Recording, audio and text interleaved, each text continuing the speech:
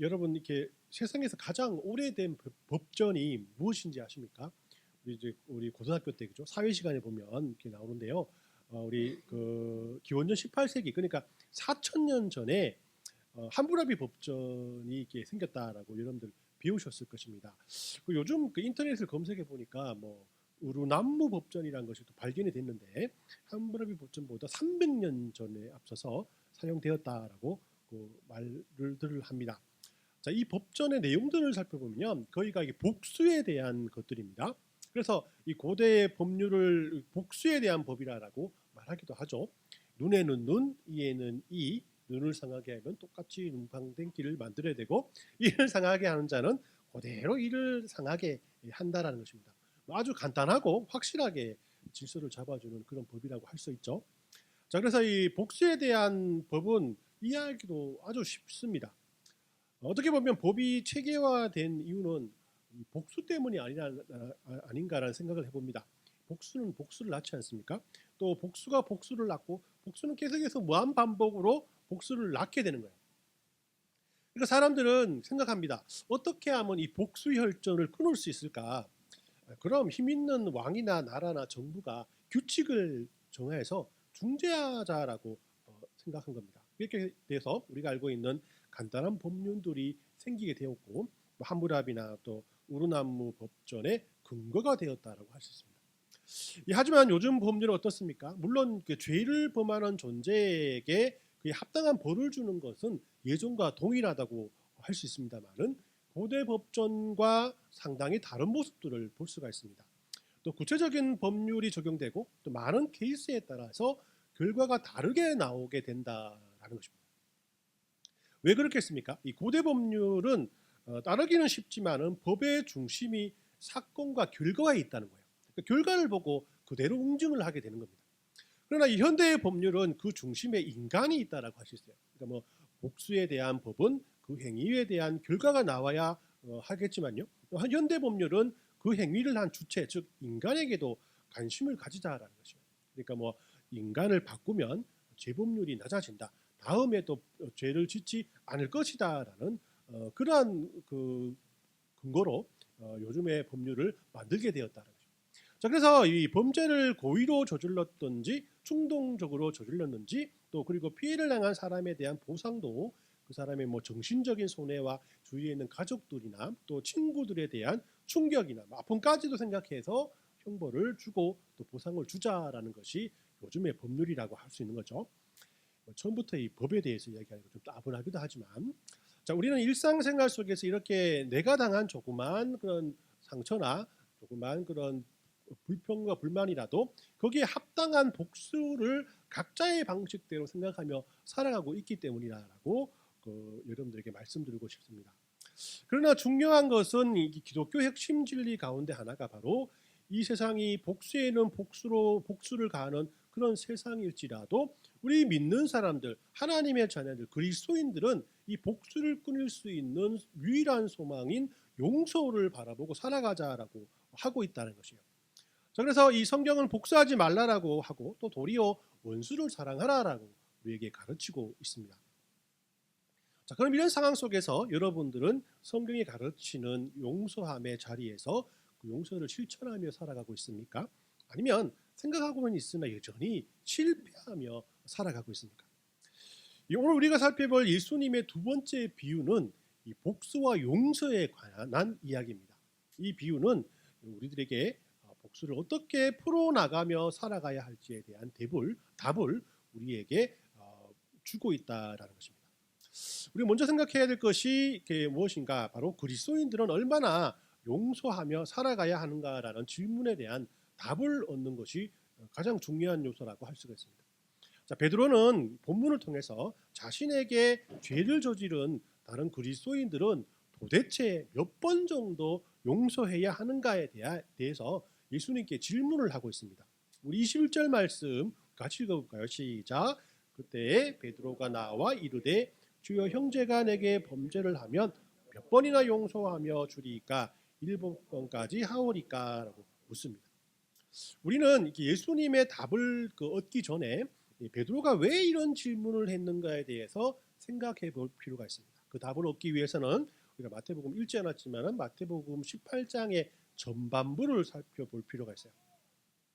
이 제자들은 예수님께서 변화산에서 변화된 모습을 직접 이렇게 보았고요. 또 병든 자를 고치시고 많은 사람들의 지지를 받으시는 그 예수님의 모습을 보게 되자 이제 자기 밥그릇 챙길 생각을 먼저 하게 됩니다.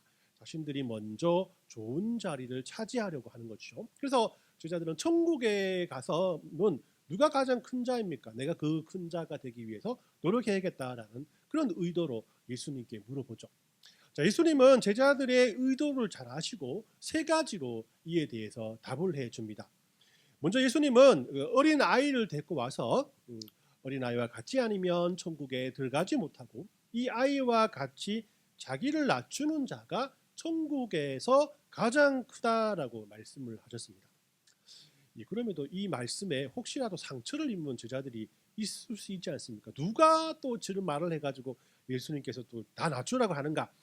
이런 제자들의 그런 음성을 생각해 보면서 예수님께서는 많은 제자들 중에 한 사람이라도 잃어버리지 않게 될 것이다 라고 그들에게 가르쳐 주기 위해서 또 양 100마리 중 한 마리의 잃은 양을 정성을 다해 찾으시는 목자의 이야기를 또 그들에게 들려주시면서 한 제자라도 잃어버리지 않게 될 것이다 라고 그들을 위로해 주게 되죠.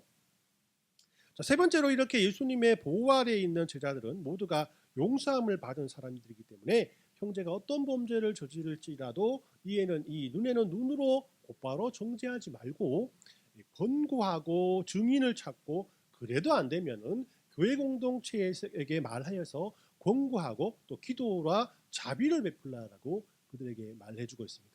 이런 권고와 기도와 자비를 베풀면서 제자들이 하나가 되고 또 하나님의 믿음의 공동체가 하나가 될 것이다라고 예수님께서 그들에게 말씀하고 있는 것이죠.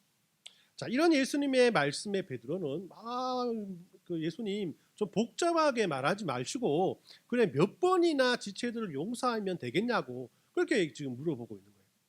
베드로는 3번까지 용서하면 충분히 용서한 것이라고 가르쳤던 당시의 관습보다도 2배나 더블이죠. 2배나 더 많게 7번 정도 용서하면 충분한 거 아니겠냐라고 예수님께 물어보고 있는 겁니다. 자, 그러자 예수님께서는 어떻게 대답하십니까? 22절에서 같이 읽습니다. 시작.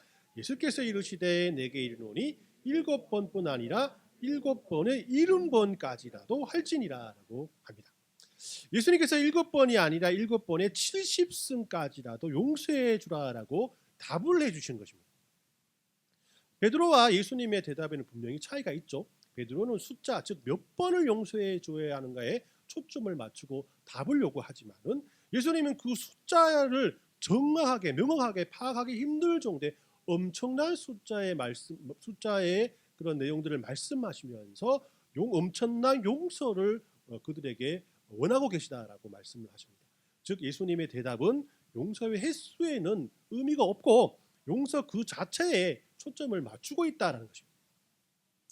그렇지 않습니까? 용서할 마음이 없으면 수억 번을 용서한들 용서가 되겠습니까? 용서할 마음이 있다면 한 번이라도 용서를 구할 때 틀림없이 그 용서가 그들에게 가능할 수 있다는 거예요. 여러분들 자녀들이 얼마나 여러분들에게 많은 용서를 구합니까? 그죠? 그럴 때마다 여러분들 계속해서 그 자녀들을 용서할 수 있는 용서할 수 있는 그 이유가 무엇이겠어요? 여러분들의 마음이 자녀들에 대해서 열려 있기 때문에, 자녀들에 대해서는 용서할 마음이 있기 때문에, 그죠? 뭐 그렇게 힘들고 어렵게 하더라도 그 모든 것들을 다 용서할 수 있다는 것입니다. 자, 그러면 오늘 말씀을 통해서 첫 번째 우리 질문인 것처럼 그럼 그리스도인들은 몇 번이나 지체들을 용서해야 되는가? 오늘 말씀을 통해서 예수님께서는 이렇게 말씀하십니다. 숫자에 연연하지 마라. 몇 번을 용서했다고 아니면 몇 번 만에 용서하겠다라고 그렇게 나에게 기도하지 마라. 절대 너희들 기도 그렇게 용서하지 못할 것이다. 차라리 너희의 마음이 용서할 마음으로 바뀌게 해달라고 하나님 앞에 기도하라. 나도 너희에게 같은 마음이다. 왜냐하면 나는 너희를 사랑하기 때문이다라고 예수님께서 우리에게 말씀하고 있다는 겁니다. 이 두 번째로 그렇기 때문에 이 비유는 그리스도인들은 다 이렇게 용서받는 자들임을 우리에게 말씀해주고 있다는 것입니다. 예수님은 제자들에게 공동체 안에서의 용서에 대한 구체적인 이야기를 이 비유를 통해서 제자들에게 말씀하고 있습니다. 자, 어떤 임금이 빚진 자들을 결산할 때에 10,000달란트 빚진 자가 잡혀오게 되었는데요. 알고 보니까 도저히 갚을 수 없는 상황이라고 합니다. 그래서 임금이 네 몸과 또 아내와 자식들 또 너희 소유를 다 팔아서라도 한번 갚아보라라고 엄포를 주지만은 빚진 사람은 엎드려 절을 하며 뭐 그렇게 해보긴 하겠습니다만은 어떻게 이 돈을 다 갚을 수 있겠습니까라고 눈물을 흘렸다라는 것이요.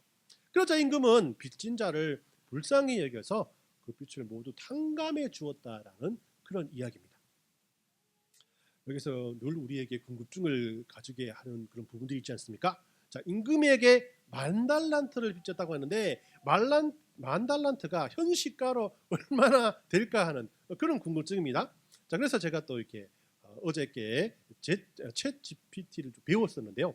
거기에 이제 현 시가를 한번 알아봤습니다. 일단 1달란트는 여러분들 이런 달란트 아닙니다. 진짜 이게 금달란트입니다. 은달란트. 자, 1달란트는 30kg 정도 되는 무게를 말합니다. 그러니까 금 30kg는 금 1달란트, 은 30kg는 은 1달란트인데 여기서는 금이란 말이 없기 때문에 일반적으로 은을 말하고 있다고 할 수 있거든요. 그러니까 은 1만 달란트를 빚졌다라고 할 수가 있습니다. 그러니까 여기에서 10,000달란트라는 것은 300톤을 말해요. 300톤.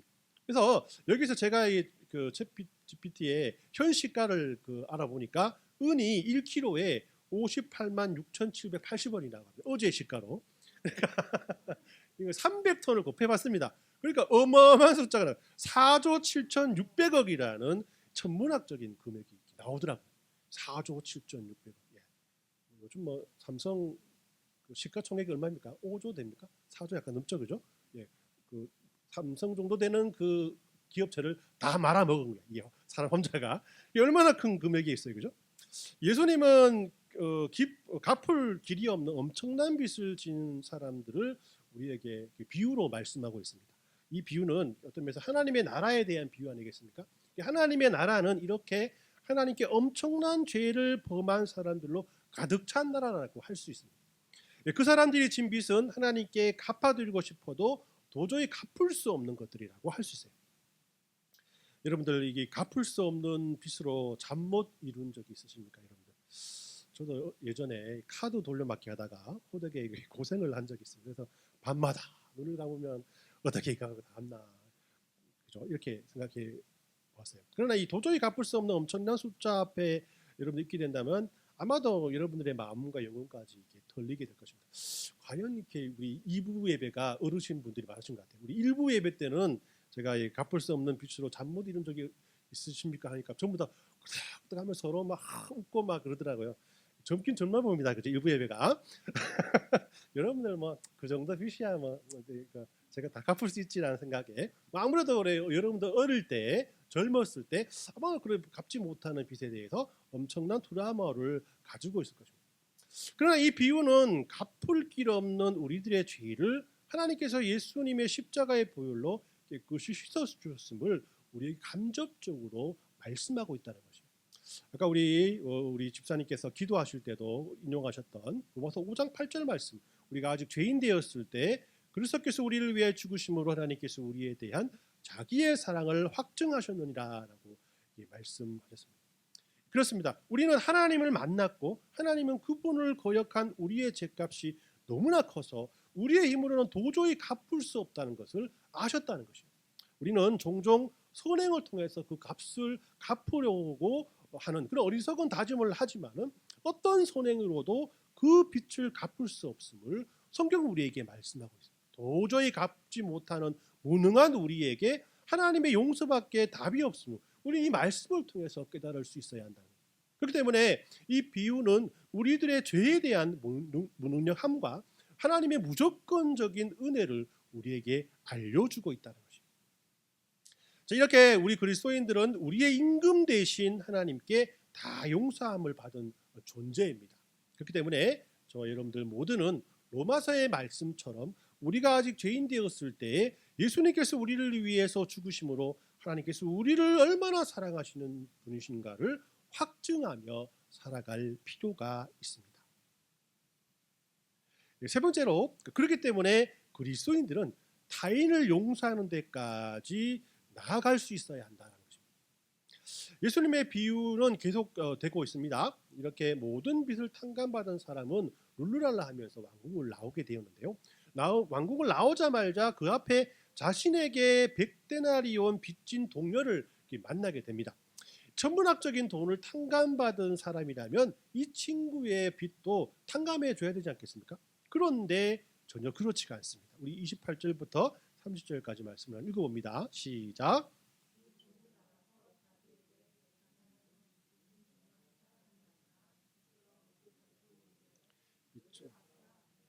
동료가 엎드려 간구하여 이르되 나에게 참아주셔서 갚으리다 하되 허락하지 아니하고 이에 가서 그가 빚을 갚도록 옥에 가두거늘 이라고 합니다. 자, 여기서 또 우리가 우리의 호기심을 자극한 단어가 있지 않습니까?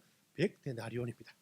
제가 이 검색을 또 해보니까 100데나리온은 은하로 노동자의 하루 품삯을 말합니다. 그러니까 100일 동안 노동자가 번 돈이라고 할 수 있어요. 하루 일당을 계산하기 쉽게 10만 원으로 말한다면 어떻게 얼마요?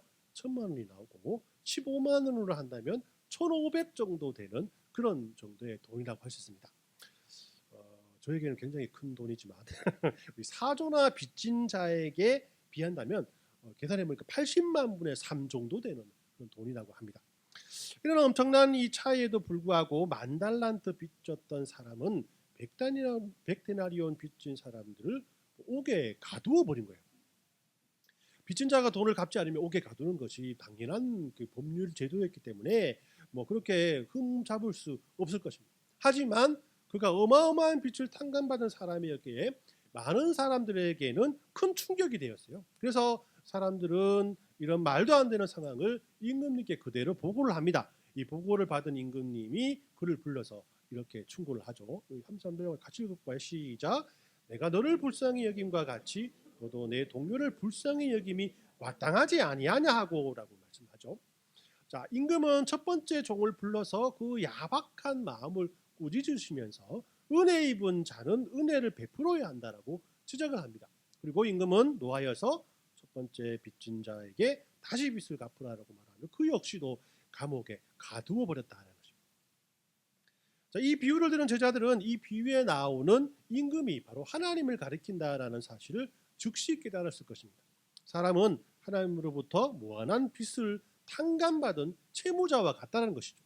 이 사실을 절실하게 깨달은 사람이라고 한다면 100데나리온 빚진 사람에게도 용서로 그를 대할 수 있을 것이다라고 말씀하는 겁니다. 자, 우리들의 일상생활 속에서도 이와 비슷한 경험들을 우리가 많이 하게 됩니다. 큰 사랑을 받은 사람은 온 세상 사람들을 사랑의 눈으로 볼 수 있지만은 배신과 폭력에 시달린 사람은 모두 세상 사람들을 미움의 눈으로밖에 볼 수 없다라고 하는 거죠. 그러니까 그리스도인 모두가 1만 달란트를 탕감해 주신 하나님의 은혜와 사랑을 받아들여 내가 그런 은혜를 받은 사람이라는 확신을 가지고 있는 사람이 된다면 100데나리온 정도 되는 스크래치 정도는 상처를 받을 수 있는 스크래치가 아니라라고 우리에게 말을 하고 있는 겁니다. 이런 사실을 교회 공동체로 한번 가지고 와 보겠습니다. 자, 기독교인이라는 이유 때문에 세상적으로부터 공격을 받고 미움을 받아서 시험에 드는 사람이 이 교회 공동체에 있다고 생각해 보십시오. 물론 뭐 믿음이 약한 성도일 수도 있습니다. 그들은 세상 사람들을 맞받아치려고만 하고 악으로 악을 갚아야 한다라고 말을 합니다. 사람들의 마음은 온데간데 없고 안갚음을 하려는 마음들이 크게 일어나는 것이 바로 이런 사람들의 그런 모범이겠죠. 자, 그들을 향해서 마태는 우리가 일반 달란트 탕감받은 사람이라는 사실을 마음에 새기며 살아가라라고 말하고 있는 것입니다. 자, 이 사실을 마음속에 담아 두어야만 그 다음 단계로서 우리가 새 힘을 얻을 수가 있고 또 영혼의 근본적인 치유가 가능하게 되고 그럴 때만 참된 용서가 가능할 수 있다라고 우리에게 말씀하고 있다는 것입니다. 예, 그런데 문제는 사람에 따라서 일반 달란트 탕감받았다는 사실이 별로 실감나지 않는 데 있다라고 할 수 있습니다.